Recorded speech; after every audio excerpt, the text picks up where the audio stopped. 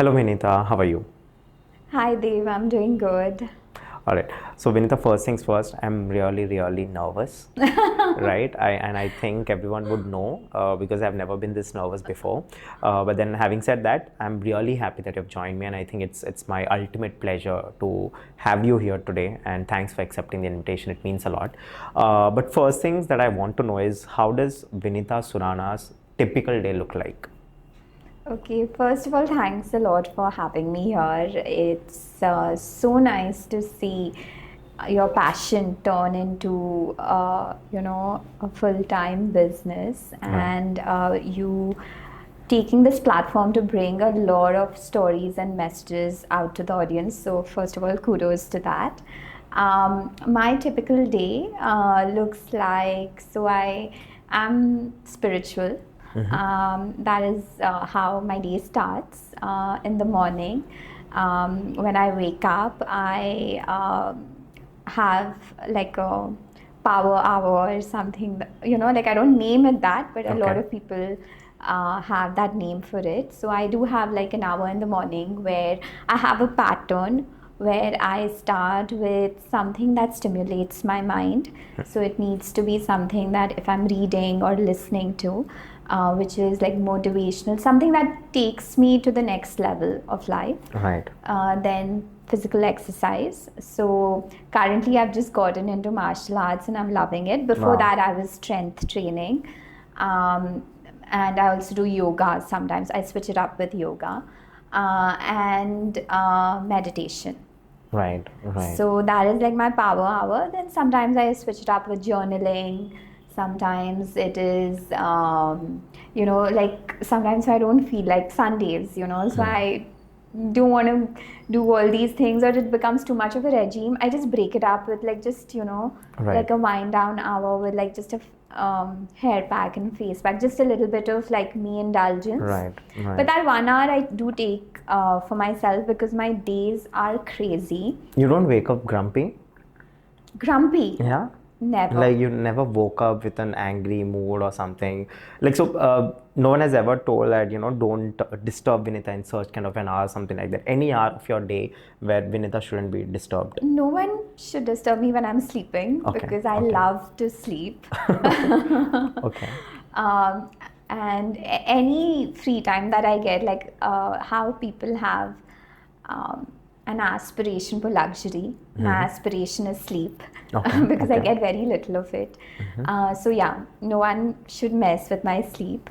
But and my loved ones, my husband, my family, they know it very well. Like sleep is something super important to me. But most mornings when I wake up, I'm fairly excited for the day All right. Mm-hmm. because this I love the work that I do. I have long days, so my first meeting starts when I'm in the car. It's usually an online meeting. Right. Then I have a full day of office where we have a lot of people coming in from different cities, a lot of local people that we, do business with, meetings. I try and schedule part of my day for startup pitches, Right. something other than the normal Right. Normal business, normal day-to-day business of yours. normal day-to-day business of Surana Group. So yeah, so it's a full day, and in the evenings, more on some day, like maybe like after Thursday. So Thursday to Saturday, I try and schedule like either like a coffee meetup, or I have a lot of events to attend to, which is also like it's a part of my work to show up to these events. Either I'm speaking at an event, either I'm going for a launch. So I I love the social side of business too. Right. So Right. it's usually like Right, that. right. One thing that I've noticed after researching a bit about you and the kind of work that you do, uh, does it feel heavy to you to carry Surana Group? That image, which is like very big. Uh, how does it feel when you're carrying that image? And of course, you have to be in a certain way. You have to talk in a certain Yeah. way. And of course, I also understand it's not that you sacrifice a lot of yourself, but at the same time, how does it feel to carry that weight? So I can understand where you're coming from. The question is coming from. It used to be like that a few years back, where you have like big shoes to fill in. You have family legacy to. You can't tarnish anything. None of your personal or professional actions can lead to tarnishing Shouldn't. anything. Right. But now it's not so much like that, because I feel today it's more that I pioneer Surana Group. So in most platforms, the traction, the growth, the visibility, the presence is because of me. So today I'm in a much more confident place, I would say. So I wouldn't say it's like a baggage to carry on, but it is more like I feel like I'm a propeller. Like Wow. my actions, like it's very synonymous, of course. A lot of Right. people find me synonymous to the group. Of course. But I feel like I have come on the playing field with the family legacy that I have born into. Yeah. Right. I was just gonna explain how. Right. So I want to, of course, I do want to know how also, but then before that, how were your earlier days when you started, when you started filling the shoes, how were your earlier days? Yeah, that's a great question. So earlier, like being a woman in a family business is not easy. I think being a woman in general in business is not easy, but in a family business, it's even more challenging because whatever said and done, India is a patriarchal society. Right. My family has also progressed with me, I would say. So the initial days, they were a bit resistant, either or they wouldn't take me seriously. So while the other men in the family, they're taken much more seriously, regardless of their credibility. It's just because the way it is. It's a patriarchal society. So for me, I had to, initially I was very insecure. I would be full of doubts, and I would have a lot of sad days too. The way I, at the moment, the positivity that helped me was I used the obstacle for me. So I used to read the room and I was like, okay, I've not been taken seriously in this room. What can I bring on the table, or how can I double down on my subject matter expertise, or skills, my education, my network, my relationships, like the business relationships, like what can I do today that will help me like 5 years from now. So it was a very, very deep reflective journey. And I also had in my initial days, I also had like a vision that I want to do it for more than myself. I want to do it so that my cousins, the girls in my community, they can be like, okay, she's broken that glass ceiling, and how can I emulate it? So I had that seed of that thought. So so this obstacle or this challenge, it actually worked out in my favor, because I would work extra hard. I would do the long hours. I would go the extra mile to maintain a business relationship. And initially, the results don't show, but you won't believe it, Dave. Like it just shows one day, like exponentially, because you're just doing it. So I think the most challenging thing at the time was not to see results, but yet to do the grind. Right. And I mean, it's amazing to see you now, right? I mean, of course. And I really believe, since you've mentioned about patriarchal society, it's just very different for women, of course, right? I mean, most of the times, even now, I see people who tell that I'm tired of this women and men equality thing and all that. I do listen to people, and I really understand that they're very naive of not understanding what happens actually, when we talk about women and men. Of course, there's subject matters wherein women do have a, certain things to their story as well, which is not true. But apart from that, I think even today it's very relevant in India. The women and men equality in terms of business or in terms of any other fields as well. Even now, I think it's a very relevant subject that we talk about. But at the same time, now that I'm seeing you working your way out as well as working for others, right? I've seen your initiatives that you work and you understand women empowerment, how much you promote it. So does that have to do with your past, or is it natural for you? The seed of it was very, very early because I knew that whatever I do, it might look a bit personal. So I am a very, my brand is very loud. So I'm, if it's a newspaper, it will be on the wall of my office, or if it is something on social media, I will self-promote. Right. So from the surface level, it might look like it's all about me, but from the very initial stage, I knew this is not about me. This is about a woman who is watching this, can see like, okay, if she can self-promote, why can't I?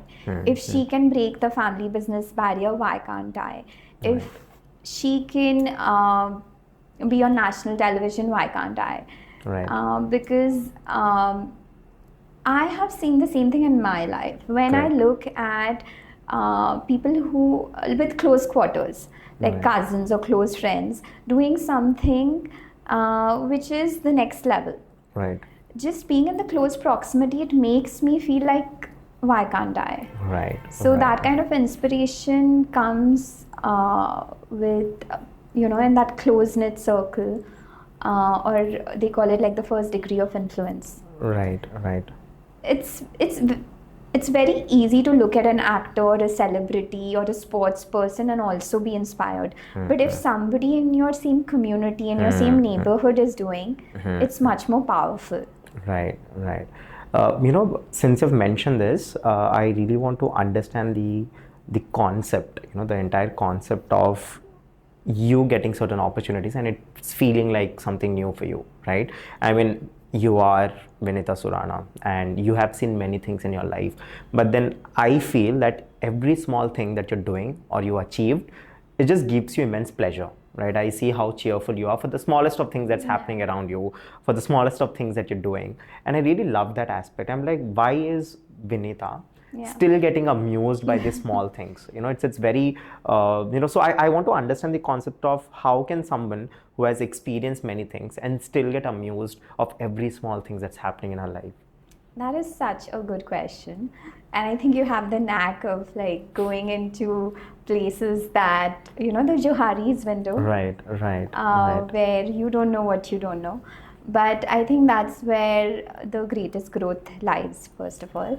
But thanks for asking me that question. I think that has come from the days that I didn't have this. So there were years that my career was on the down low by choice. And I thought that I needed that break because I burnt out.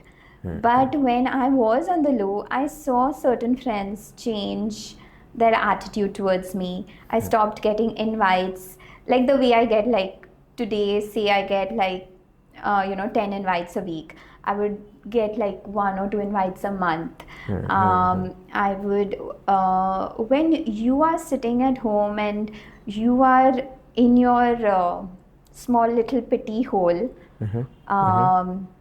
you are the only one who is going through this. And the world outside you is progressing. So there were years where I was very, very confined to myself, and I thought in my in a very spiritual bypassing way, in my high egoistic way, which was very covered, I thought I'm doing very good to me because I'm cutting all the bullshit out of my life. Right. All the drama, all the conditioning. Which is also true to some extent. So this is what I have found. Right. That people who don't have money, right? It's very easy for them to say, I'll be detached from money. People who have all the money, when they say, I want to be detached from money, I think that's true empowerment. So first you make the money and then you be detached. Right. So with this, I thought that if you don't have a certain friends circle, if you don't have few awards, if you don't have that business, if you don't have the health, the body, it's very easy to say that I don't care about these things. I'm living in the world, but I don't care about these things. And could be an escape mechanism, could be, like that high Wow. egoistic. It takes lots of honesty and guts to say this out. I'm being very honest. Wow. Yeah. Please continue. But when I was in those deep dark holes, I can sit there and say like, okay, I didn't get these invites, so now people in my business are treating me differently. My clients, my vendors, my family is treating me differently. Okay, they'll sympathize with you. In fact, there were some days, the highlight of my day was my family sympathizing with me. Okay. And those days really changed me. I was like, my life can't be this small. It can't be this small. I am very grateful for my family who is sympathizing with me on my darkest day. Right. But I don't want that. Wow. I want to be the reason to upgrade my family. I want to be the reason to upgrade my community, the girls, the boys, the young entrepreneurs, whatever you stand for, right? Right. So that's why I keep going back to this example of propelling forward. So in those days, I was like, I want to propel forward in such a magnitude that I'm not just uplifting myself, my family, but my employees' family. Like, how am I making that impact? And then when I went, then when you have these lows and then you start hustling, you start doing all the things that you need to do, the business, the social. By the way, anyone who's watching this, if you're a business person or a professional, or if you're only in your family, like a good housewife, the social angle is very important, especially in business. So if you're doing good in business, who would you want to celebrate with? You need that friend circle. If you're facing something low, you want to go back and talk to your inner tribe, right? Right. So when I started doing the hustle, and of course the world changes. I completely agree that when you're on the rise, you have the most best friends. Of course. And when you're on the low, you have the real close friends. Wow. Right? I got the thumbnail. When you're on the rise and the world wants to be your best friend, I started changing my view about it. I don't look at them as being materialistic, as being transactional. I'm like, of course, if I can be a medium for your growth, why wouldn't I be? And I am very businessy, you can say, in that sense, because I know that when you are growing, I am growing. Right. Especially if you're growing through me. So when you're on the rise and you get all these, everyone wants to collaborate with you. Everyone wants you at their, Diwali parties, Eid parties, and everything. That's when the real empowerment comes. You're like, okay, I have done this, but there were days that I didn't have this. There were days that, my highlight of the day was somebody's shoulder to cry on, and somebody patting my back. Now, if I'm at a keynote event speaking in front of 200 people, 50 people are coming after the event and asking me, like, how can I become like you? I don't have anything but gratitude for those days. So to answer your question in a long format, the gratitude in these things comes from the days that I didn't have it. Now that you've mentioned about how people come to you and ask how to be you, I understand there's no one right answer to it, right? It depends on different people and how they're taking your answers in a different way, because they all have to figure out by themselves at the end of the day. But when someone asks you how to be like you, what is your reaction to it? What does how does it happen inside your brain? How does it happen inside your heart? How much it feels or it makes you feel about the world or the work that you're doing in general? How does it feel? Yeah. So I can give you some examples, especially in the last 6 months. I've been getting DMs, phone calls, emails from people I've not met in 5 years, from people who is my neighbor, from the strangest people to the closest people, Right. in my own family, in a different country, but they kind of know me. So to give you an example, if I studied in Philadelphia, right, so they know me from my schooling days, but Right. we've not reconnected in a while, to a person who is living in the same bigger family. So that range, a lot of people have come to me in the last 6 to 8 months with this question. And when they come to you with that question, they are in a bit of a lost state. They're trying their hands on many things. Nothing is feeling like the highest potential of themselves. And they want to get there. Of course. There is that inner desire. That's why they've come with that question. So for me,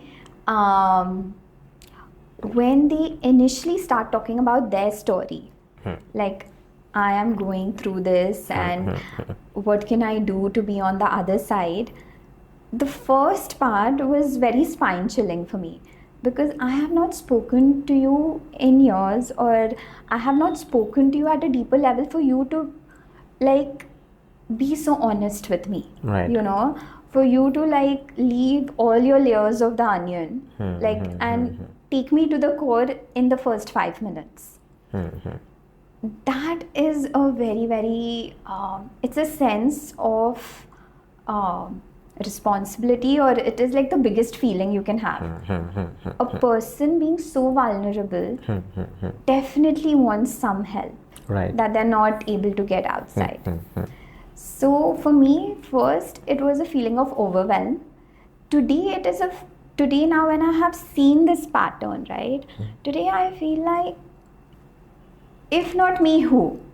If I can't help them in Right. this, and trust me, 9 out of 10 people, they don't want money. They don't want resources. They don't want a connection. Of course, I can help with all that. They just want something motivational, inspirational, something real that you have gone through in Right. your life. Right. And how did you change the table, like turn around the tables for you? Right. So there were years that I would feel lost. I would like try 10 different things, nothing would work. And so for me, I would come from a very honest space that I have been through this journey. And there is a black book that I have created for myself, so that I can live properly with this. So I share a little bit of the tips and tricks Right. that has helped me accelerate. Right. One thing why you always get this more often is because of your story, I believe, or is it because of the way you have said your story out loud? I think this is also somewhere where the seed of VBS or win-win situation has started. And the moment I've read your about and the story behind VBS, VBS Ventures or win-win situation, whichever you might call, because it has different names. I just saw you being very vulnerable there. I just felt that maybe it's because she's vulnerable that other people who believe in her story, who understand the depth of your words, I think that's where the whole magic is happening. And I had this question of why would someone like you would start off something like VBS, which is different now, but before it was a different statement altogether. Why would someone like you start? And does it have to happen with your own personal story, or is it because you have been observant of many other personal stories? So I want to understand that part. No, it's definitely my own personal story. Growing up, I wish I had mentors. And sometimes your family, your conventional teachers, like when you go to a school, the conventional teachers may not be the mentors The best teachers. Right. you're looking for. And so many people are resonate with this when I say, like, my family knew how to love me. but they didn't know how to mentor me.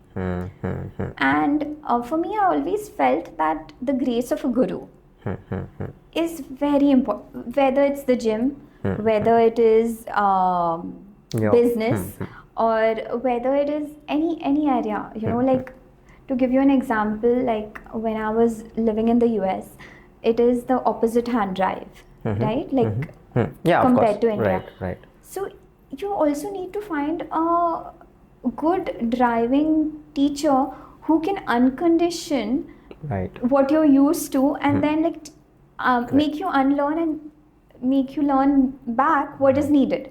So you need a little bit of someone to be stern, someone to be loving, someone to be caring. You need components of everything.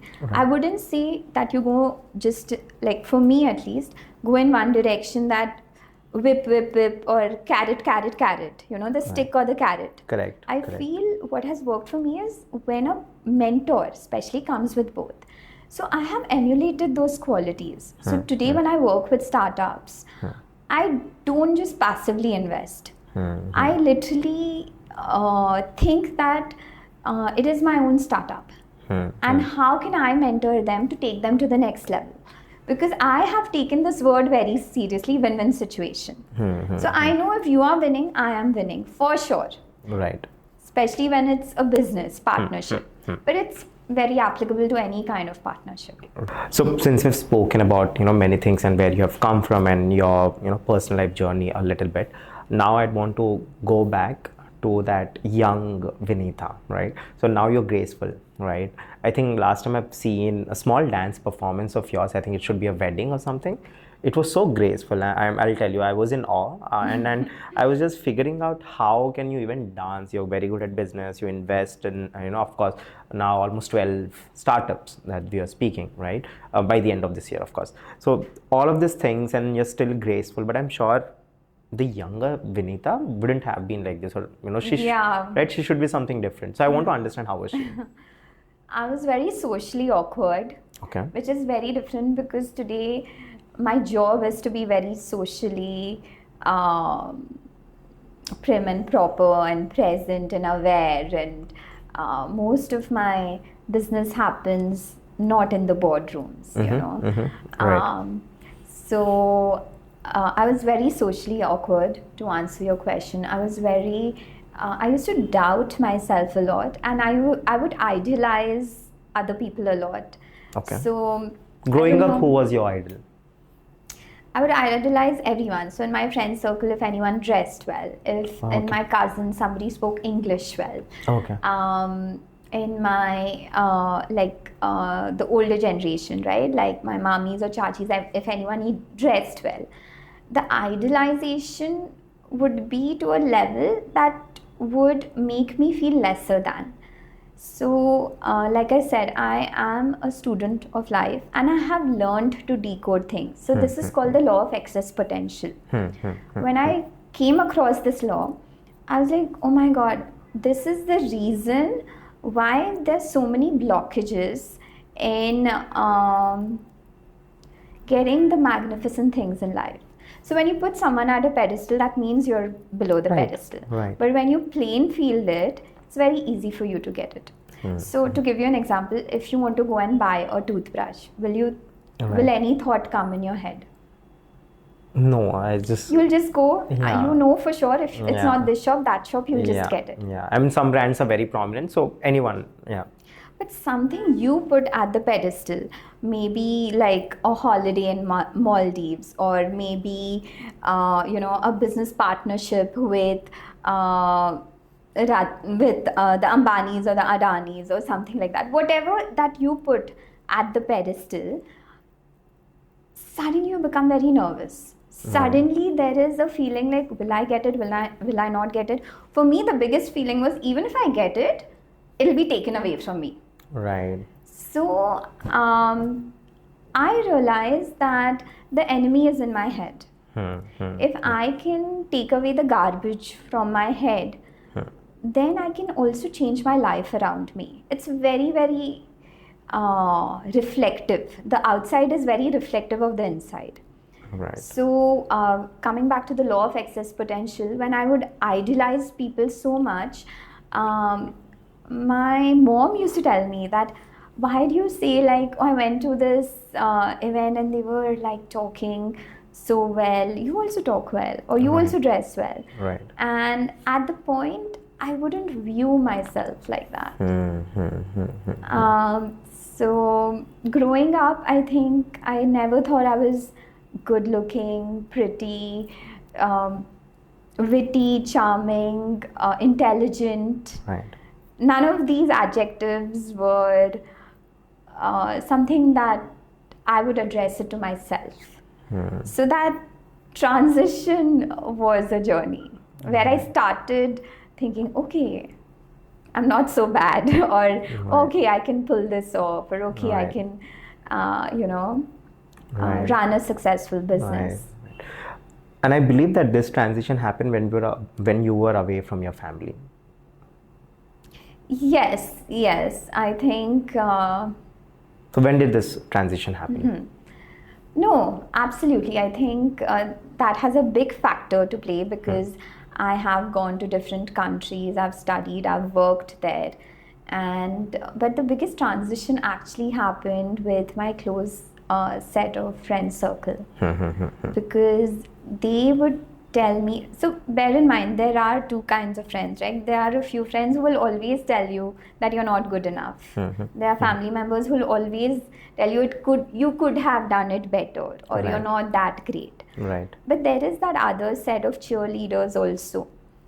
So when I started watering that plant, or when I started spending more time with the well-wishers rather than the naysayers, I think my life changed because they instilled the confidence which I never had.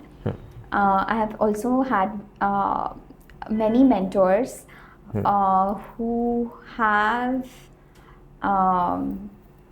completely brainwashed me in a way that they have made me question each and everything in life.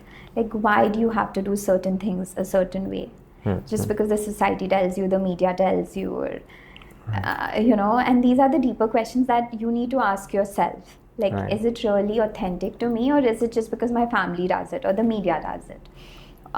So when I had these well-wishers, mentors come to my life, I think piece by piece, I started reframing what I think about myself, and then it reflects in the way I conduct myself. Right. One thing I've noticed, correct me if I'm wrong, is that Vinita is a Surana, but then she is also have tried in the past to detach herself from Surana. Yeah, I mean, look at your many work. times. Yeah, I get it, because now that I'm talking to you, it just came to my mind that even though you were Vinita Surana, you have always tried to remove Surana, not remove as in not literally, Yeah. but then try to make sure that Surana doesn't overshadow your potential. Yeah. Or maybe, I don't know, I just got it right now. Maybe it just happened to you that you're more than a Surana, or you want to be for yourself, Yeah. someone else, to have an identity and not Yeah. just sit like a, Surana or someone from Surana family. I believe so. Why? Because one, you have had this innate low self-esteem when you were a kid. Yeah. Right? And I believe that when you have that, you would want to break that. Right? And since you mentioned about your mentors, I mean, obviously amazing mentors and amazing friends that have actually made you who you are today. But at the same time, it was always in you to break out, to break those shackles. And since that was there in your past, and now that I'm seeing you doing different, the question that I've asked you, why is Vinita doing all these things, right? Even though she is Vinita and she's seen many things, why is she still doing it? Why is even a smallest of things is making her happy? I think it's because Vinita is creating, or she has her own identity, and now she's building on it. Not just be someone who is just a Surana. So I want to understand that aspect of yours. Is it true? Yeah, absolutely. I think second, third generation entrepreneurs, the first generation entrepreneurs, their biggest fear is, will my business make profits? Right. the professionals, their biggest fear is, will I be a director or partner someday? You know, will I be the best in the rat race or not? Right. The second, third generation entrepreneurs, their biggest fear is, will I be known as me or my father's daughter? That is their biggest fear. Like, if it's a guy, if it's a girl, whatever, you ask them. So how do you address that? The way to overcome something is to make sure that you have a combat strategy to it. My combat strategy was like, I need to be so loud and so out there that people resonate me to Surana Group and not the other way around. Wow. So there's this tussle every time, right, between that power shifts. the power shifts of The power shifts as in being you, named as Surana, or Surana being named on you. So that power shift was always there, right? yes, and first it would be very irritating. You know, it would be like, so I'll tell you this incident. I got into an Ivy League. I was very hardworking, and I gave up on family functions, on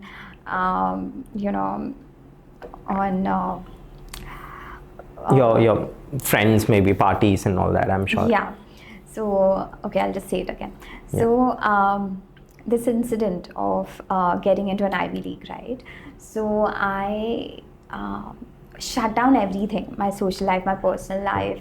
My family wanted me to do certain things, you know, say meet boys or something at that point. And if you say no, they go on a crazy.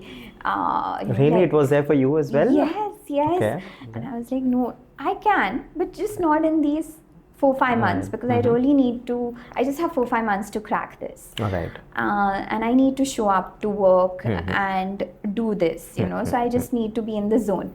So I would have made a lot of people unhappy in my family in that period. Right. Studied, I did the interviews, I got into Wharton, and my family had a small party of sorts. Right. And a few of my friends came up to me and they were like, how much did your family pay to get into an Ivy League?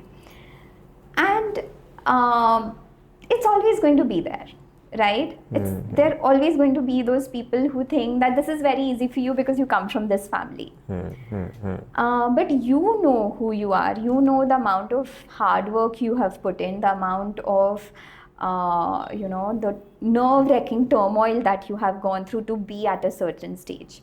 Right. To all those people, like, I just want to say, if that happens, or if you get something because of your family, it's very difficult to sustain it. Because the minute you enter, you have this imposter syndrome. Whatever your family does for you, you know. But if you do it on your own, you're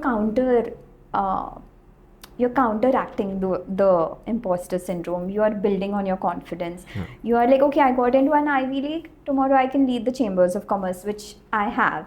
If I led the Chambers of Commerce, I can go on a national television show. So when the show came, like, the first reaction of my family members were like, are you sure you want to go on the show, because you will be trolled on? That was the first reaction. I was like, that's so interesting. You never thought that I could be celebrated, I could my life could turn around, or I could have so many more opportunities from that. The first reaction was, are you sure you want to do this? Because I don't think you're ready for it, or I don't think you're capable enough. So for me, it is like, I would buy into those doubts and fears if I didn't do it on my own.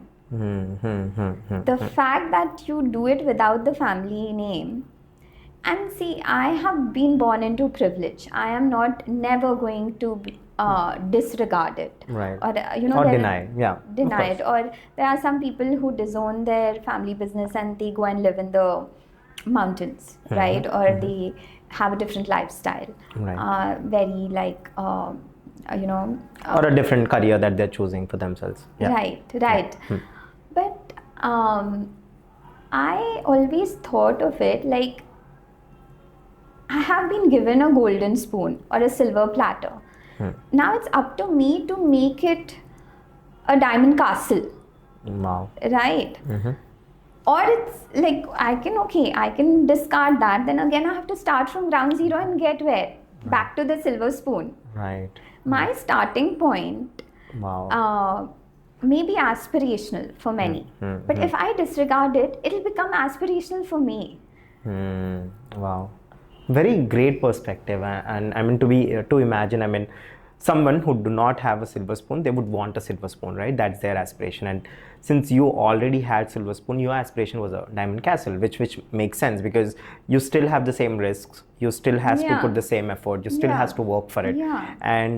And maybe sometimes you might also be snatched out of those silver spoon as well if you're not performing or if you're not giving your best. And by the way, also there's this notion that okay, you have a silver platter or a golden spoon, life is easy. No, life has still those thorns. I know. At every point people are still going to insult you. In fact, people are going to find more they try to corners or those weak points to bring you down, because I had read this example. If you're walking on the ground and somebody pushes you, okay, you'll just get a little bit of hurt. Right. But if you're walking on the tightrope of a 10th floor building between two buildings, and somebody shakes you, pushes you, you have so much more to lose. Right? You have so much more to get hurt, disappointed. So it's no, I completely not understand. Easy. I know. I completely understand. I have this example for myself, if it helps.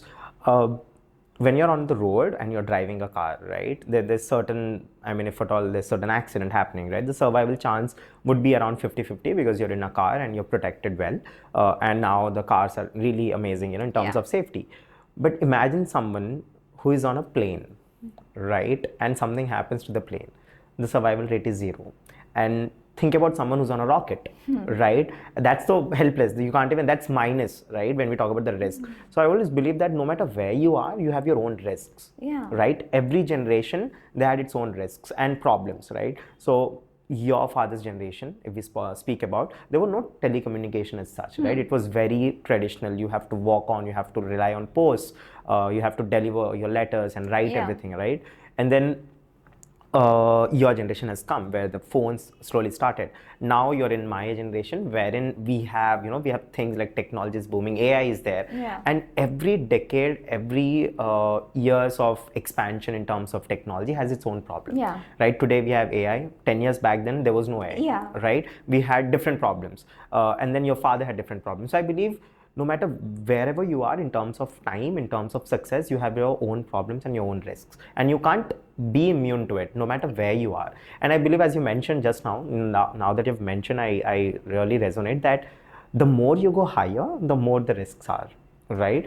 And people just love to bring you down, right? People just love to tell you sort of things which would innate or stop your ability to grow, or lose your vision sometimes, or make it blurry. So I want to understand now that, of course, this happens to you, right? How do you deal with it? So one of my mentors had said it: the day you have haters, you've made it. All right. So say you're posting something and you have like 4 or 5 people commenting all good stuff, clapping and everything. It's your inner friend circle does that. The day you post something, you may be having 100 people liking, commenting, but you may be having those 5 people tearing you down also. Right. That means that is not the day to feel. So human tendency is to look at not those 100 positive comments, but those 5 negative comments and doubt yourself, question yourself. Should I quit? Should I not do this? Is it too cringe or whatever? But one of my mentors said that the day you see that, you have to know you have made it. Because a stranger who doesn't know you is hating on something you do. most hate comes from jealousy. Jealousy is the other side of inspiration. Other side of jealousy is inspiration. So jealousy is someone where they see that you are doing something that they are not able to, or they can't, or they didn't have the guts to. Right.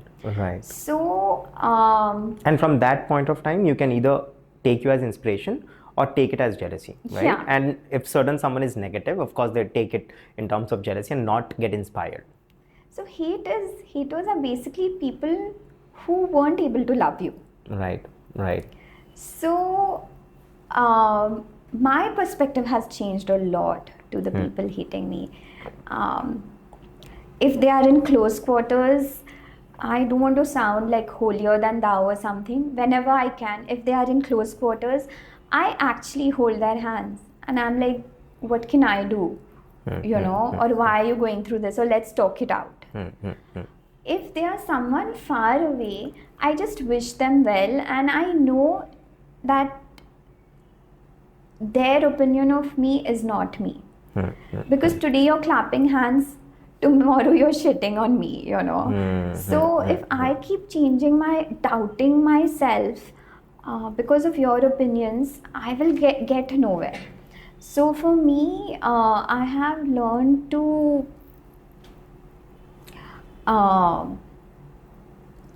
be very, there's a word, it's called equanimous. I've learned to be very equanimous. Right.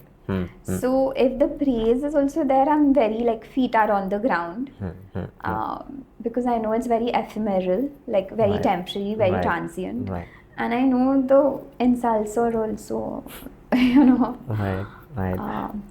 It's more to do of it defines more of who they are. Right. Now we'll get into on your business end.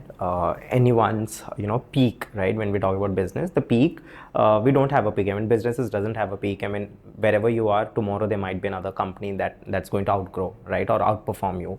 So, but then you have had multiple milestones, I would say, right? And the recent milestone is Lion's Den, right? And I was very happy. I am very happy. But at the same time, now that you've mentioned that your immediate family members' reaction was something different, which I did not like, of course. So I want to understand, when you have certain something like Lion's Den, right? The opportunity to be there. And of course, you have earned it, not that it has been given to you. From there to understanding the responses from your own family members in a negative way, how did you channelize? How did you understand? How did you get through, all of this? The knee-jerk reaction is always hurt. The knee-jerk reaction is always disappointment. Like, you guys still don't understand me. Whether it is a friend, close friend, or a family member, I'm like, okay, you still don't believe in my true potential or something. So the knee-jerk reaction is always on the negative side, and it's more to do with hurt and disappointment. But so maybe that's where you fall. But my rising up is very quick. My rising up is my self-talk, which says that you don't need their validation. You don't need a pat on your back. So because what was I looking for? I was looking for a pat on the back, or I was looking for one line like, you made me proud. But if you have that self-talk and you say like, okay, I don't need this sentence to come from this person. Let's see if there is someone else who can say this. And there are hundreds and hundreds of people who are going to join hands with you, who are going to wish for your success, who are going to be there in the bad days. And funnily, the people who are on the other side, then they come when you're on the other side of the success. Right, of course. But how do you take it is with a combat strategy, with keeping a bit more detachment from yourself. Like, what I mean by that is, if I get hurt, I will, my instant reaction would be to blame you, right? But if I'm a little detached from myself, and if I see that it's not in your capacity to see my potential. Wow. So let me find That's someone really a who, great line.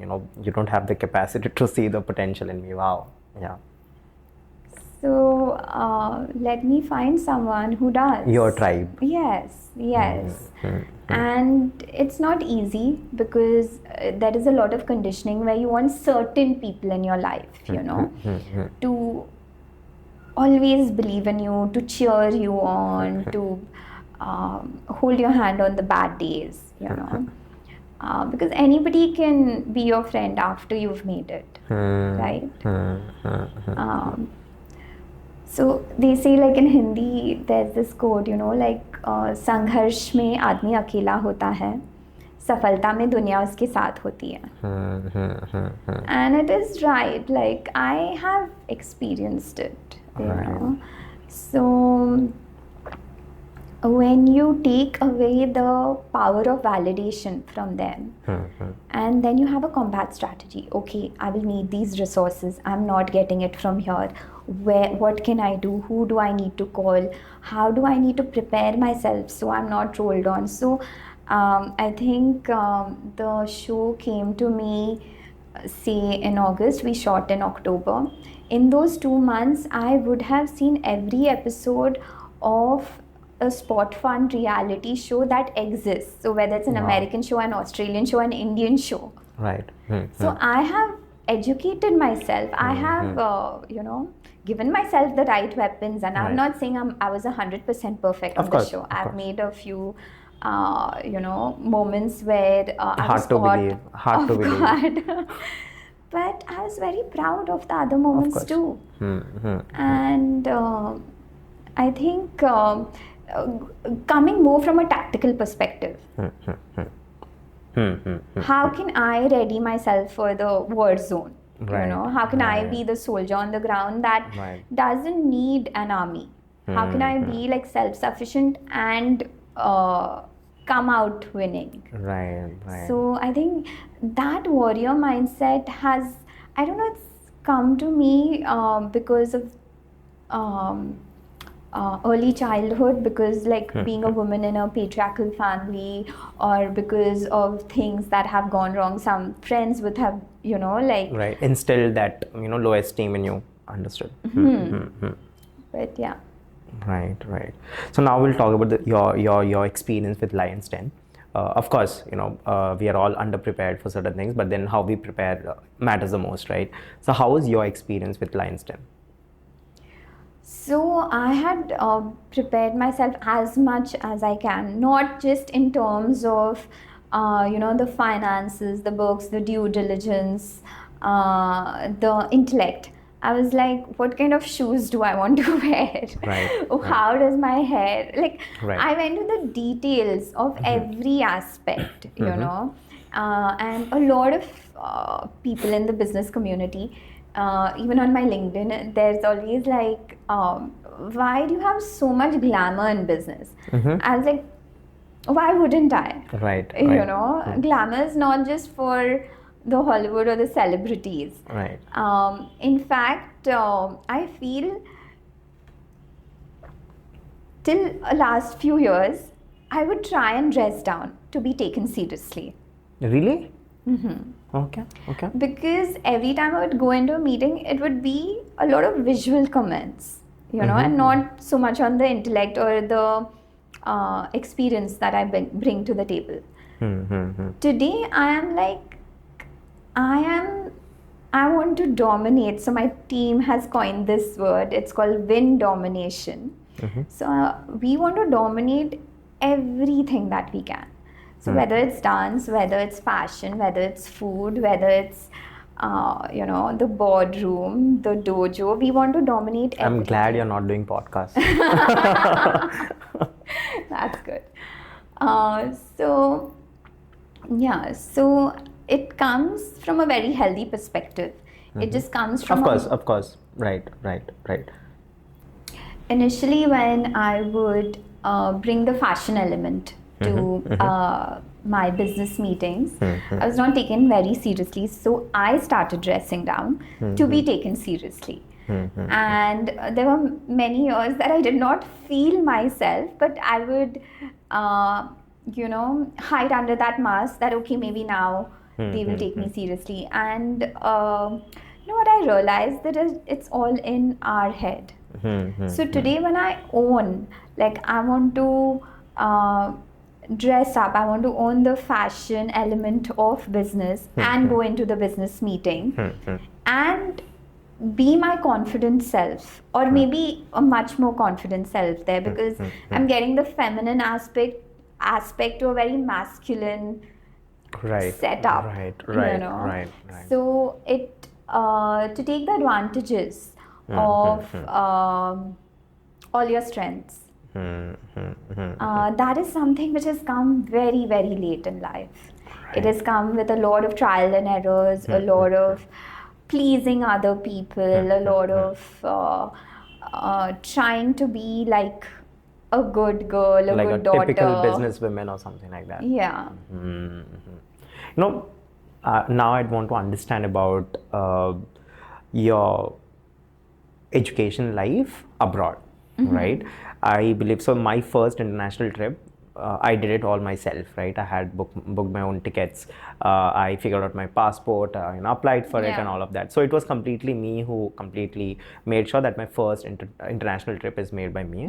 So I did it myself, everything, start to end. And when I went to that place, my first international trip was to Turkey. So when I went there and I survived on my own for 7 days, and I figured out what to do, what not to do, how to speak, how not to speak, what to eat, what not to eat, etc., etc. After those 7 days, when I was back home, I felt that I'm a superhuman now. Different self altogether. I know. I was like, oh my God, if you are not experienced it, not India, I'm talking about abroad. If you're going out there, vulnerable all by yourself, or maybe a couple of friends, that's up to you, but I was all by myself.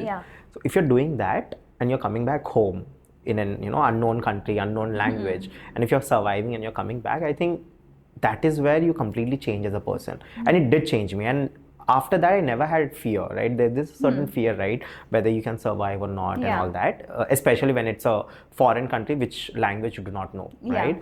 So for me, it was a great experience. And now, since you have completed your education, and of course, it should be also foreign to you at the beginning, at least, right? So I want to understand, how did that happen to you? How was your journey from the start to the end? So the starting point is always, where you're very nervous about something. So initially when I went abroad and I was living with my cousins, because I didn't know any better, so I would sleep. So America is very different than India, right? So you have smaller spaces. So How old were you when you traveled? My early 20s. Okay. So you are sleeping on the couch, you're figuring out a lot of daily chores that you never needed to do in India. India, a lot is taken care of, or that is the way we live. So for me, it was a lot of shock, a lot of figuring things out. On top of that, you need to shine in class. You need to have a good set of friends circle to survive and everything. So you need to be on top of the game and at least portray that you're living the best life. But underneath, there is a lot of turmoil that is happening. Chaos. But the point that you said on the other side, so when I graduated, I was in the coolest friend circle. I had the best grades. And it's funny. So the first semester, I would actually study hard and be very dogmatic with my approach.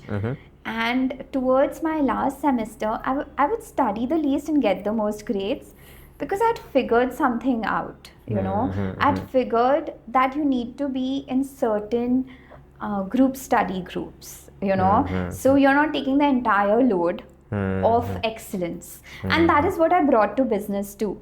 So most of my businesses are not solo. I have a great set of people that I bring together, so the workload is less on me, but we are excelling as a team. Like everybody Right. is winning. Right.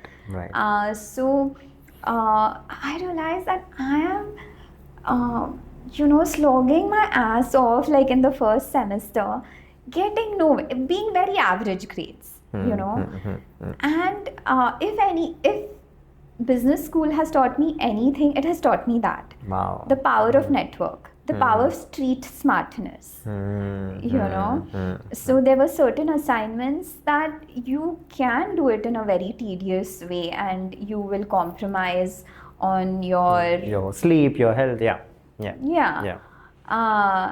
And there are ways to do assignment where you get together your friends, have a party, do a great assignment, and you are getting flying colors. So now when I bring it to business, it is like I do business with people I have the most fun with. So I'm having a great time while building the business, and the profits are just a byproduct. But because we have the profits, it is such a propelling force. It is such a of course, like a circle of life, self-sustaining business model. But I want every day to be a party. And that's why, to your initial question, right? Like, how are you so excited every single day? It's because now I have come to choose the right people that I want to work with every day, that I want to see their faces every day, and so initially it was a lot of trial and errors, a lot of the traditional way of thinking. Oh, I need to be this goody two shoes, or I need to not speak up in classes, because in India, you're like, as women, you're taught to be polite. You're like taught to say only when you need to say the important stuff. Right. So I realized that all the magic is on the other side. It is when you're goofy. It is when you make a few, fool out of yourself, especially with your friend circle, right? Like, you need to be able to laugh at yourself to have that deeper connection with your friends. So, and the thing is, especially when we go abroad, because they're white people, they're people from different races and everything, as Indians, we have a lot of insecurities. Maybe our English is not good enough, maybe you're not cool enough, maybe we dress differently, or whatever, our accent is different. But at the end of the day, if you have all these thoughts and you're entering a room, you have that nervous energy. Right. But if you are entering a room, oh, India is exotic, I'm bringing in so much of flavor to the room, I have so much to offer, that's why I'm here. When that narrative changes in the head, like, people are welcoming, people are like, they want to know more about your culture and everything. But it took me a long time to understand, because again, the power of the pedestal. I had put the white people on the pedestal, or I had put like, certain people who look good or who sound smart, on the pedestal. Right. But you realize that, and initially you think you're a lucky ticket. You think that you are just lucky to be there. The Ivy Leagues have made a mistake only with you. Right.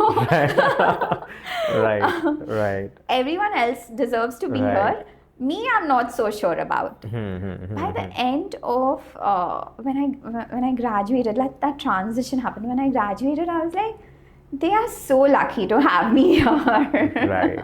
Right. So I think that comes from not faking it till you make it, but actually learning. Actually, like, making it at every step of the way. Right. Putting those pebbles in your confidence jar. Right. I think that. Right. And then when I came back, of course, I think I don't even recognize the person I was who went, who initially went there. I understand. How's, of course, when you are studying in a certain university, right, Ivy League, there's a certain recognition that you also get, right?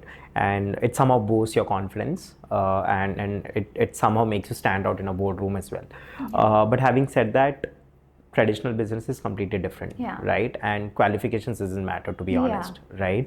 So how was someone like you in a boardroom in Surana Group was like, and take me inside the boardrooms, how does it happen, what happens basically, and how do you put yourself in perspective when you're in a boardroom? Yeah, no, that is a great question. Like after an Ivy League, if you were working like for the bigger banks there, the consultancy there, maybe you had a bit of a clout, maybe you had a Right. bit of, like a chip on your shoulder, like, okay, Correct. like I have Right. this. But coming back to the family business, nobody cares. Nobody really cares. You graduate from your neighborhood college or an Ivy League. And for me, initially, it was a hard pill to swallow because I was like, wait, like, I just graduated. Right. professionally, everyone wants you on their pitch decks, right? Ivy League graduate. Right. Right. But in my own family business, I was like, okay, like if you're there, or not, like, Right. You're done. Right. So, when things don't go in your favor, right? Like when you're in a boardroom and there is no eye contact, maybe because you're a woman, maybe because you don't know much, maybe you're a fresher, maybe whatever. There's no eye contact, you're not being taken seriously. At the end of the meeting, they're like, okay, we'll follow up with someone else but you. Right. You're not the POC. So initially it feels bad.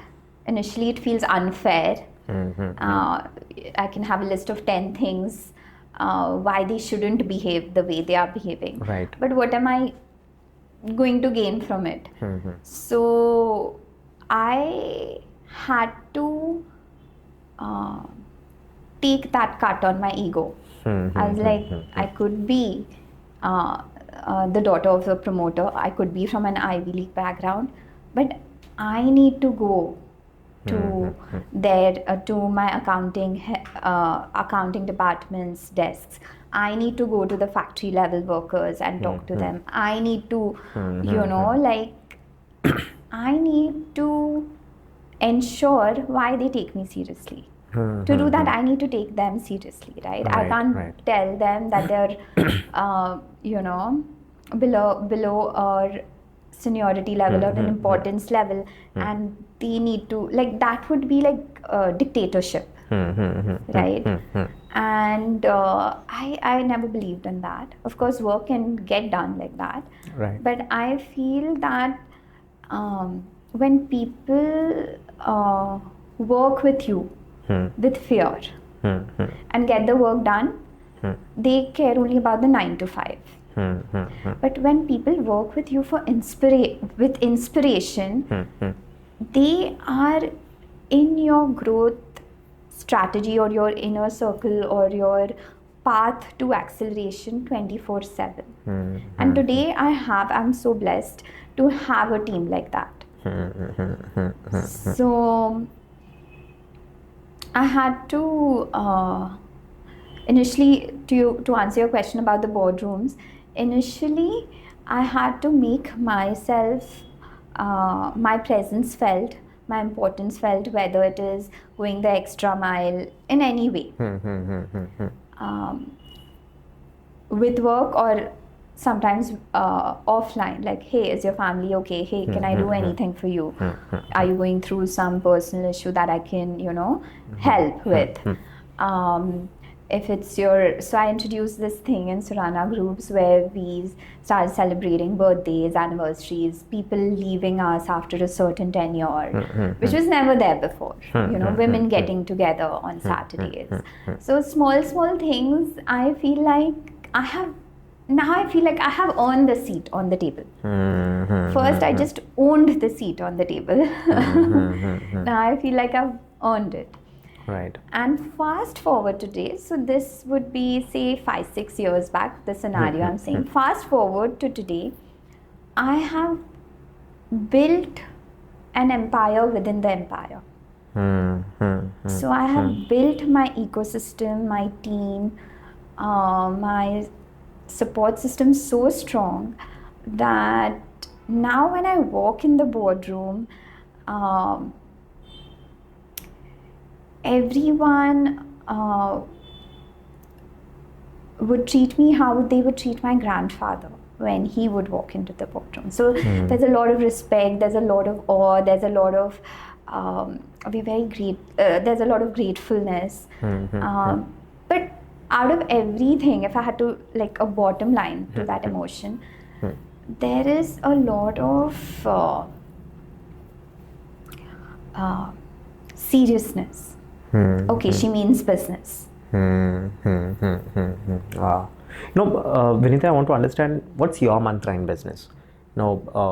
Let's say a business has to be successful. What's your mantra to it? What are the things that you would look up to? So the first thing is always the founder check, like the vibe check, I call it. So how is the founder? What is his story? Has he gone through the rough patches and come out shining? Maybe with this business, maybe with personal life, maybe with something else. But does he have an ideology of combat strategy? That is very important, because as an entrepreneur, every day is very uncertain. It's not a professional 9-to-5 job where you already know what you're going to do that day. It's like building a plane while flying it. Right? So you're pivoting a lot, you're like on the job, you're doing like you're an accountant, you're a CFO, a CEO, a CEO at the same time. Right. So having that combat strategy would be the first thing. But the second thing is the product market fit, right? You can have a person who's very dreamy and talks in the air about things and has great strategy. I call them the theorists. You can have a great theorist, but if they have not brought their creativity to ground zero, if they've not become a salesperson with it, if people have not bought into the idea, if your great idea is not generating revenue, then it's just a hobby. So in my opinion, you need to have the product market fit, right, where people are paying you for your product or service. And the third thing I would look at is what is missing that I have, that if I bring to the table, I can accelerate the growth by 10x. So in most of the founders that I have joined hands with, it is a very strategic call that within my resources, what can I bring to the table that can elevate your journey? Right. Vinita, there are bigger founders, right? Founders have had 10x more, right? Or 100x more. There are founders. When we talk about CEOs, like let's say founders of, Tesla and SpaceX, Elon Musk and, all of that. When you yourself being a founder of a company and then you are a part of a company, you're a part of a big legacy, how do you look up to these founders who are 10x more than you or 100x more than you? What's your, how does Vinita approach to these CEOs or these founders? And is it like a learning mechanism, or is it like a I will be better than you mechanism? Like, what do you imbibe from these founders? So my first go-to emotion is selfishness. So I was lucky enough to be at the Murkapa office with the chairman of the group, Murkapa. Right, yes. And my first emotion was, I was taking pictures. So sir asked me, like, why are you taking pictures of, our dining area and our reception and our, like there was like a beautiful chess set from the British age and stuff like that. I was like, because one day I will own an office like this. I want this on my vision board. Okay. So for them, they see a lot of guts. I see a lot of inspiration in them. So my go-to emotion is, how can I be where they are in 5 years, 10 years of time? How can, so I have a very metaphoric thing with a private jet. It's not about the private jet or having a yacht or having this. It's about how can your work be at such a level that your private jet is a need. It's like a bus that you're using. You know, it's a byproduct of your work. Right. You don't even realize that You do have a charter or a private jet. yeah, it is a necessity. Mm. There is no other way. Right. But your work has to be so excellent. It has to be at such a magnitude that the luxury has become a byproduct. So when I go to these people or have shared rooms where these people have sat and spoken, I am in a starstruckness, not because of the monetary level that they are, greater than what I'm doing today, but because of the legacies they've built, the families they've impacted, the problems they've solved. Right. Right. I always believe that we had lots of problems, when Earth was, there, and of course there are different evolution theories, right? But then let's say Earth was there, and then when early men started to live, evolved and started to live, there were many problems. And I believe there are very few geniuses who have actually solved these problems for us, for all of us, to make our life easier. Yeah. So I believe all these geniuses, they really deserve what they did because they have solved and they have made lives easier, right? And when I look at founders myself, when I look at different founders, and it's not that, whoever in terms of, again, same like you, monetary terms, it's more about the impact that they've created. And when I look at them, I am awe, but also I'm very competitive. Right, so I get into that zone of competitiveness. So I want to understand, how competitive are you when it comes to business? I'm not at all competitive. Really? Yes. I'm very collaborative. All right. So I think I'm being now the same now. Yeah. Because I'm telling you again, I've taken win-win situation very literally. Like I'm winning when you're winning. Correct. And also there is the logo of my co-working space is about there are these two squares that come together, but they signify two minds coming together, and there's a diamond on top. Right. So it is when great minds collaborate, only magnificence can happen. Right. So for me, I don't think I've ever been competitive. In fact, I'm the opposite. If somebody is in competition, if they want to bring out that competitive spirit in me, I leave. Really? Yeah. Okay. I leave. I Why? have never been the one to fight for someone's time. Fight for someone's attention, or fight for someone's business. So if a client plays to me, like they are giving me this quote, what is your quote? I was like, take this.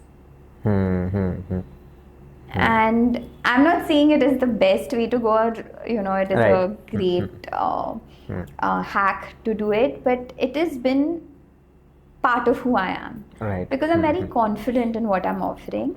Plus, I want to collaborate with you if you're excited about collaborating with me, not because you're manipulating me.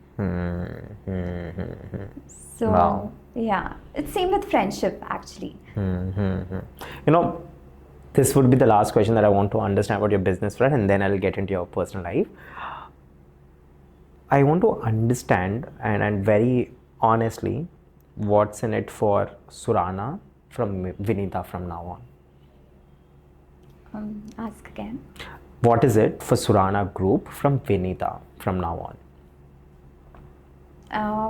Okay, I didn't get the question. Okay, so what is it in for Surana Group, right? So I'm basically, what are you going to do with Surana, and how are you going what to do I take to do? it? Yeah, so What what do I is do in on a for day-to-day Yeah, basis? no, not day-to-day basis, as in aspirational, future-wise. Yeah. So what's in for Surana Group from Vinita? Okay. Yeah.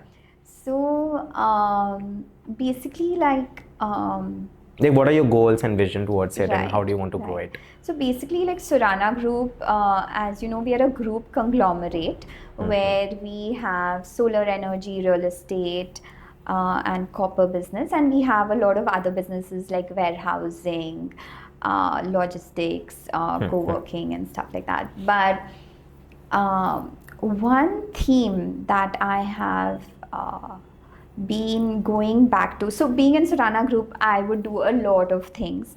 So started with marketing, then finance, then wanted to get the entire feel of the group. So I spent a lot of time with HR, then went into the operations side of it.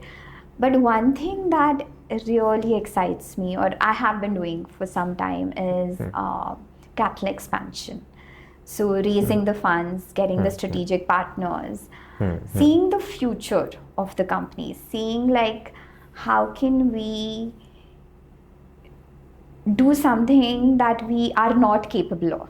For example, if you want to do a 200 crore project and we don't have the funds, how can we do it? Raise the funds, get in the right partners, get in the strategic, get in operational excellence. That has been super, super exciting for me in the last few years. Yeah. Right. How is it now for you? Like, where is it headed? Right. So, because of the power of personal branding, a lot of opportunities have come to the group through me. So whether it is fundraise, if you're, can I say numbers? Yeah, of course. Please. So whether it's a fundraise like upwards of 400, 500 crores, or like these are very, very, these are events that can turn the face of a business. So I see facilitating a lot of these opportunities. I see also bringing in a lot of new business to the group. Say if we want to go into a sector that we've not yet explored. Right. So like literally like pioneers and experts and people who have been there, done that and are profiting, they come for a serious collaboration. Wow. Like a merger or an acquisition or whatever that is. So these kind of opportunities have come because of the personal branding at a very high level. But at a so this is say the depth, but at the breadth, I am just loving collaborating with influencers, creators, people who are really good in their field, say martial arts, say the top chefs in India. Right. So across fields, people just are so excited just to do one collab with you, and it makes my day, But the feedback that I get is they are super excited. They're, they in fact like overthink stuff, and they are very and that comes from a place of excitement and respect and stuff like that. So I am enjoying all of that, and I love that energy. I love someone who is excelling at their field, and I want to be in that space. Right. So few years back, holidays used to excite me, or Michelin stars or luxury bags, and today none of that. Like it feels a bit boring for me.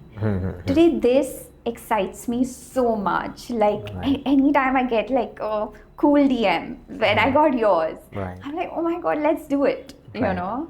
And thankfully, like by grace of God, like last few months it's been exploding. The collaborative side has been exploding.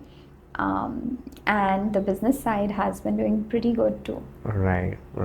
Vinita, since Surana Group is a generational company, a generational business, and now since you're the third generation entrepreneur, I'm sure if you've joined the business, then your vision would be to take it to the next level, right? So I want to understand what are your vision and what is your mission statement towards Surana Group as of now, and what are the challenges that you're facing in terms of going to the next level?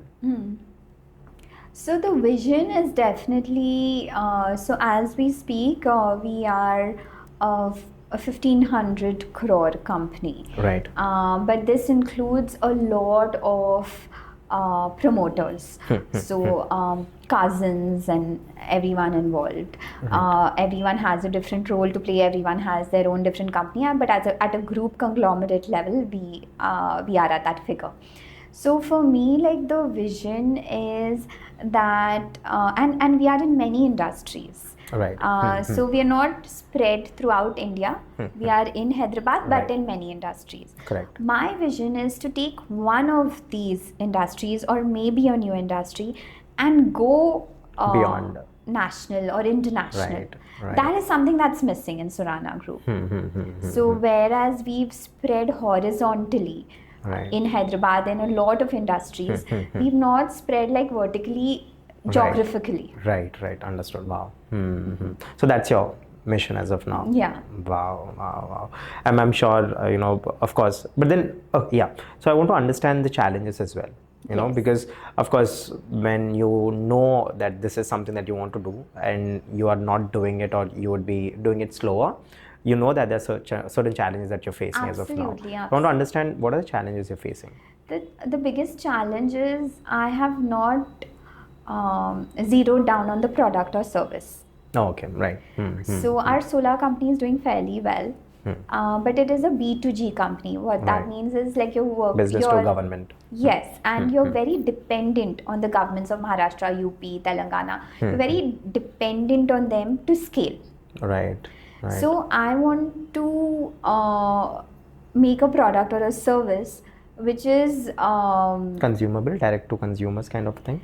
It need not be direct to consumer, it can be B2B as well. Right. But I want to build something that is independent, or at least you're mitigating the factors for its scalability. So it's not dependent on the government, it's not dependent on the weather condition, it's not dependent on, a certain thing that is beyond your control. Right. Having said that, as an entrepreneur, of course, you're living in a VUCA world, which is, volatility, uncertainty.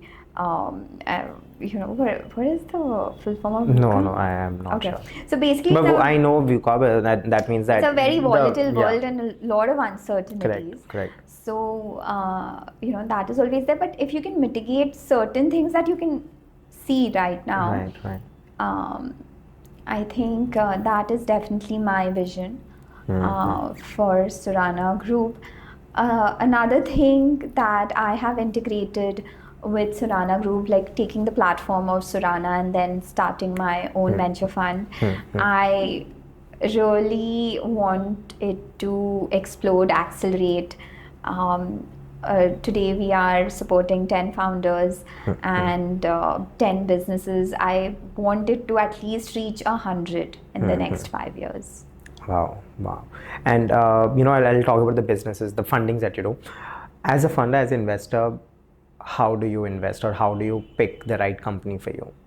I understand you check for a founder's check, and then product market fit is something that you look after. But apart from this, what is your criteria to invest in a company? So I used to like certain industries and not like certain industries in the beginning. So I used to be very fascinated with tech. I used to be, some businesses were very boring for me. But I've completely changed my thought process on that.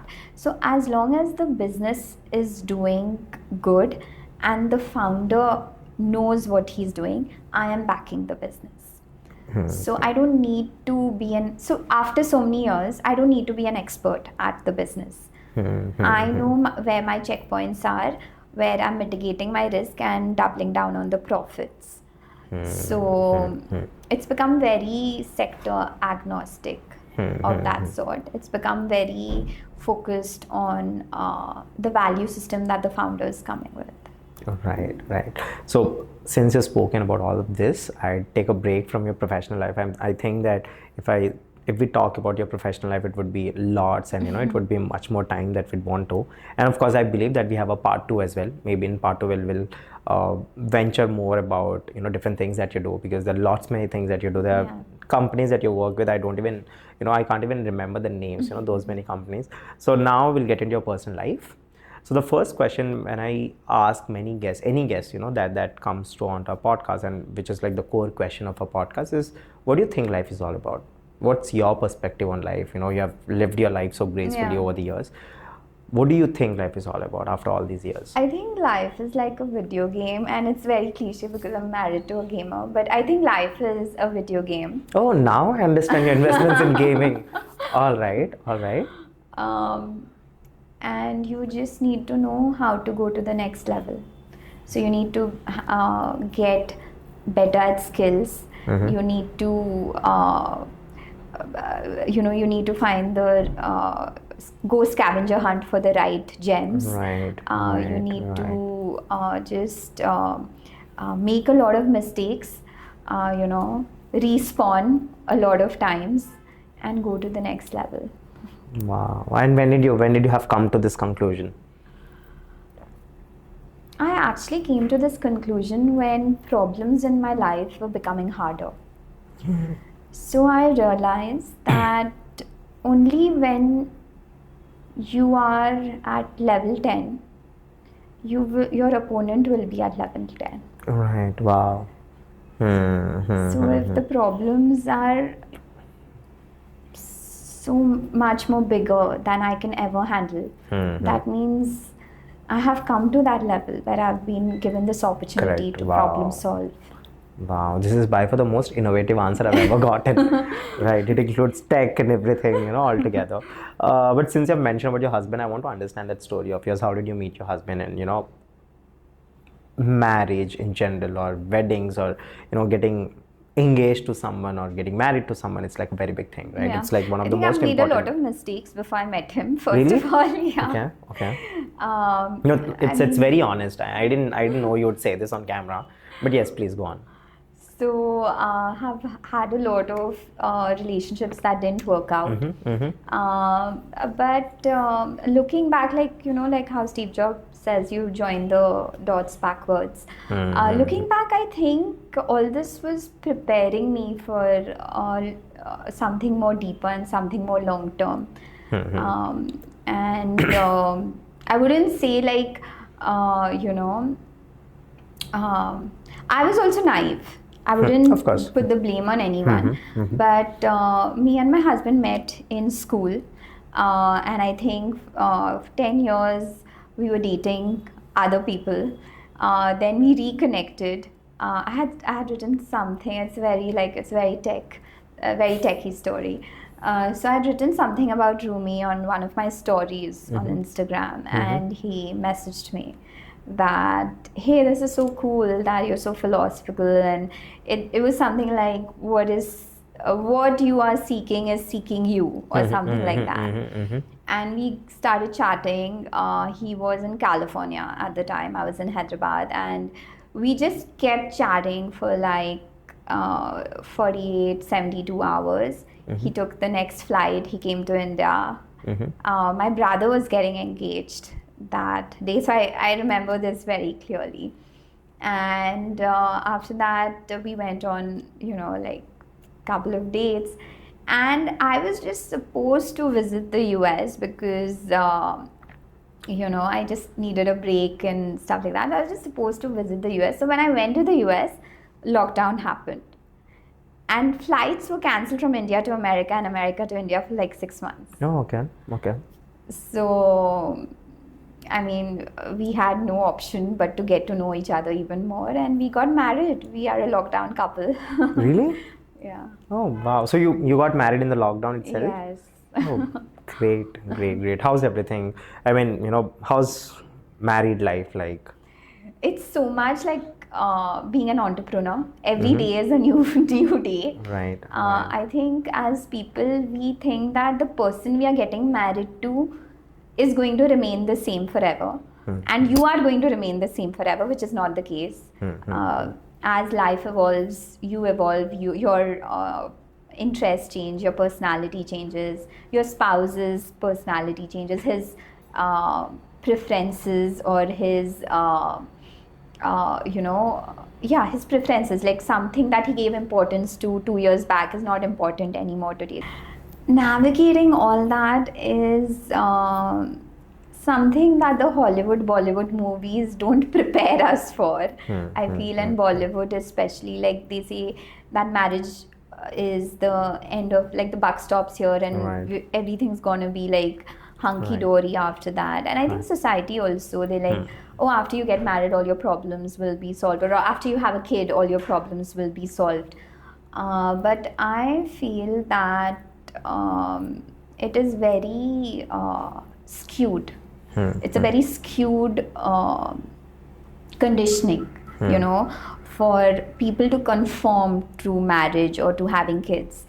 What I have realized is marriage is great. It is a starting point, but there are going to be challenges. Right. The companionship is great when you have the right companion, and when they're there in your,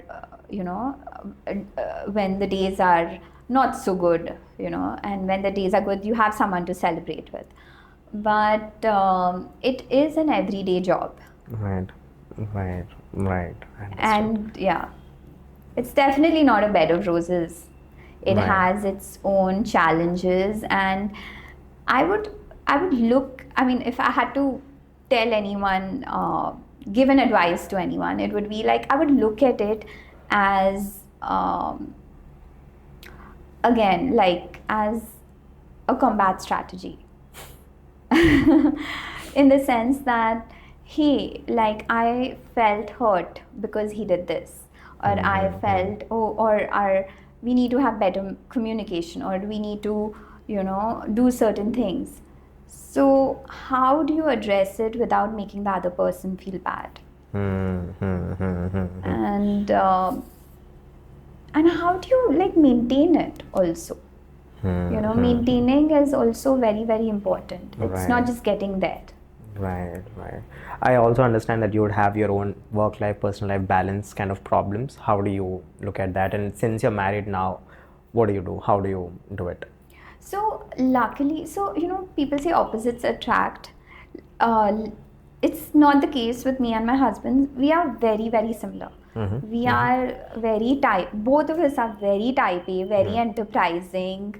We want to show up for different things in our life, like, every day start like a new business, or like support a new founder and stuff like that. So we're very similar when it comes to work. And that has worked well because he understands my hustle and I understand his. Like, we understand that why are we so eccentric that we need to be at our job certain days, like 15 hours a day. And normally it's not so easy for the spouse to be understanding. But when you know that you yourself, so my husband himself does that. There are days where he's very, like, in the flow, so he's working for those many hours, or it's required. It's the need of the hour. So when I do that, he's super supportive of me. And before we have kids, I think we have these talks, like, before we have kids, we want to go to our highest potential. We want to do something new every day. We want to challenge ourselves. So we do that individually, and we do have certain investments together also. That's really great to have, and thanks for you to also mentioning that opposite attracts. It's not true, to be very honest. I believe that when you're both on the same boat, only then, it's much more easier. If not, one would be sailing the opposite and the other, something like that. But having said that, there are some things we are opposite, like I'm a morning person. Of course. I get it. I mean, the foundation should be similar. That's the whole point. So when they say opposite attract, it's more about hobbies, more about passions. But you have to be on the same foundation level, right? For example, what is love to you, right? If your love definition is different than his, you can't work it out, right? Because I believe that we all speak a language that Yeah. you can understand, I can understand, but there's also another language Yeah. inside.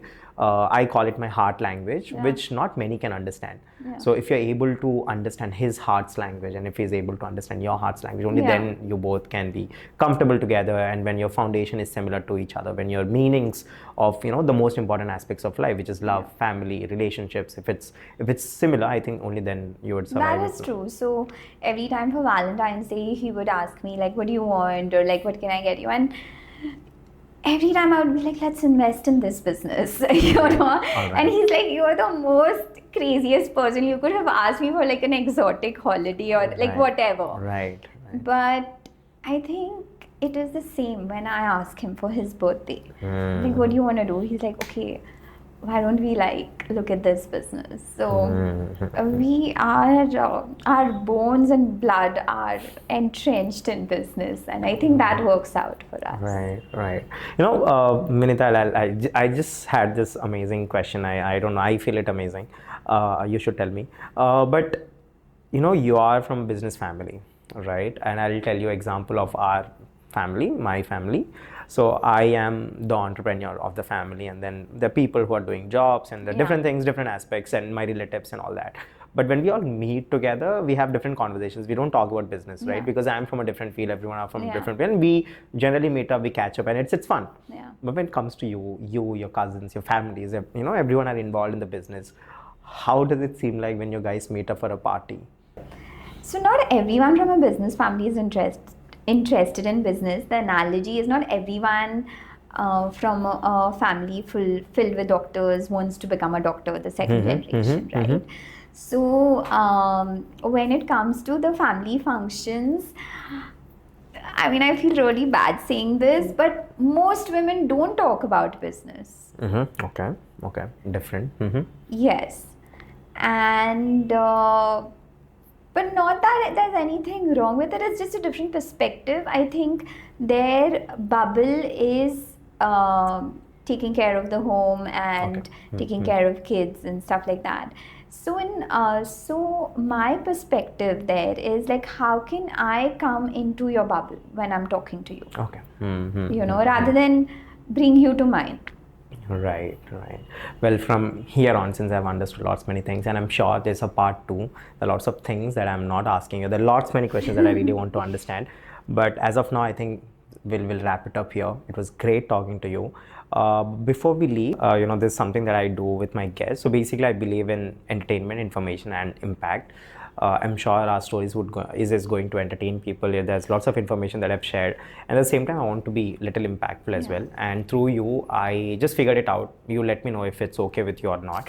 I just thought, what if you and me together, we do a women empowerment awareness event kind of a thing. I'll figure it out. What are we going to do? But would that be okay with you? That would be great. I would love to support that. All right. Having said that, that's the end of our podcast. The next time we meet, we would do an event, a women empowerment event, and we'll figure out how to do it. But yes, for now, it's a wrap, and it was great talking to you, and it was really, really wonderful, and my pleasure having you.